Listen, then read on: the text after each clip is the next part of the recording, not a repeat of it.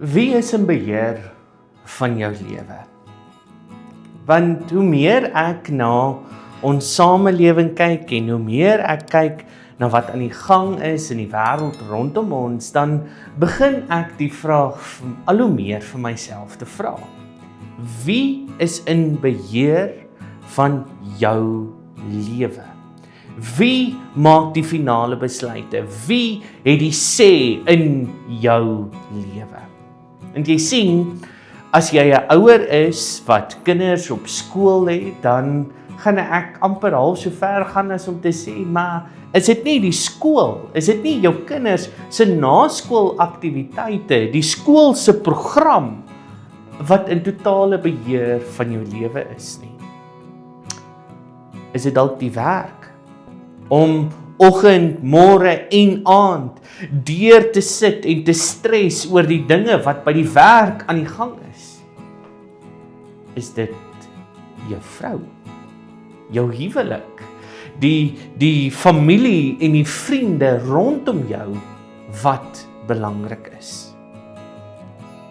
Die enigste barometer wat ons het om te bepaal wat ons lewens regeer, wat aan die gang is in ons lewens, is dan natuurlik daar waar jy die meeste van jou tyd spandeer. Is dit die televisie? Is dit die rekenaar? Is dit die selfoon? Is dit die kinders? En so kan ons aan en aan en aan die een ding na die ander ding opnoem van dinge wat ons lewens in beslag neem.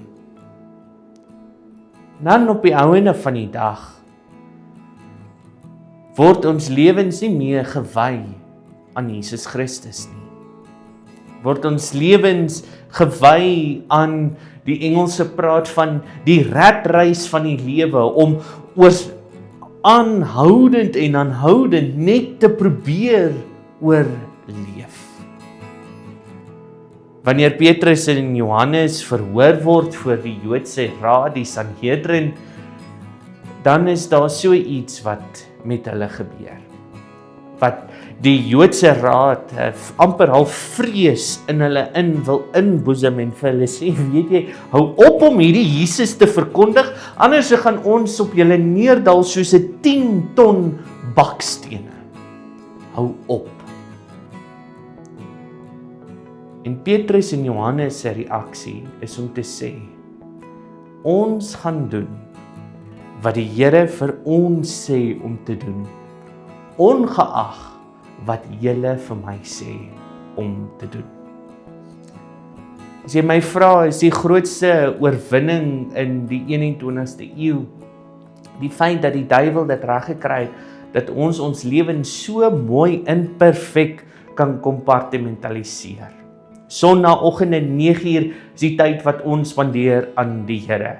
As jy 'n kind in die katedese het, dan is dit van 10 tot 11, is dit dan nou ook die tyd wat ons aan die Here toewy. Maar net ons kinders. En dit mag nie langer as 'n sekere tyd wees nie, want eksamens en sport en kultuur en allerlei dinge wat ons lewens in beslag neem.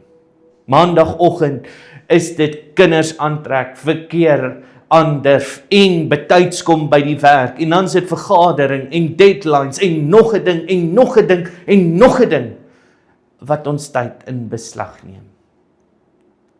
En dan as ons vanaand by die huis kom, dan is ons moeg en ons is uitgeput, en iewers in hierdie besige gekompartimentaliseerde dag het die Here verlore gegaan.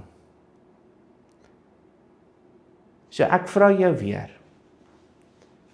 wie is in beheer van jou lewe? Is dit die Here? Is dit Jesus Christus? Is dit die een wat homself opgeoffer het aan die kruis? Of is dit die dinge wat rondom jou aan die gang is? Wie is aan die stuur van sake by jou? As jy van hierdie video's hou en jy sal graag meer wil sien of as jy kommentaar het, wat jy sê, nee man, wat ek nou gepraat het is luitere twak, asseblief, gee vir ons 'n comment hieronder, as jy hiervan hou, like, subscribe tot ons YouTube kanaal. En as jy 'n tuiste soek, 'n plek waar jy met vrymoedigheid en met omgee jou liefde vir die Here Jesus Christus wil uitleef, kom, word deel van ons eredienste, word deel van ons gemeente en maak dat die Here aan die stuur van sake is in jou lewe.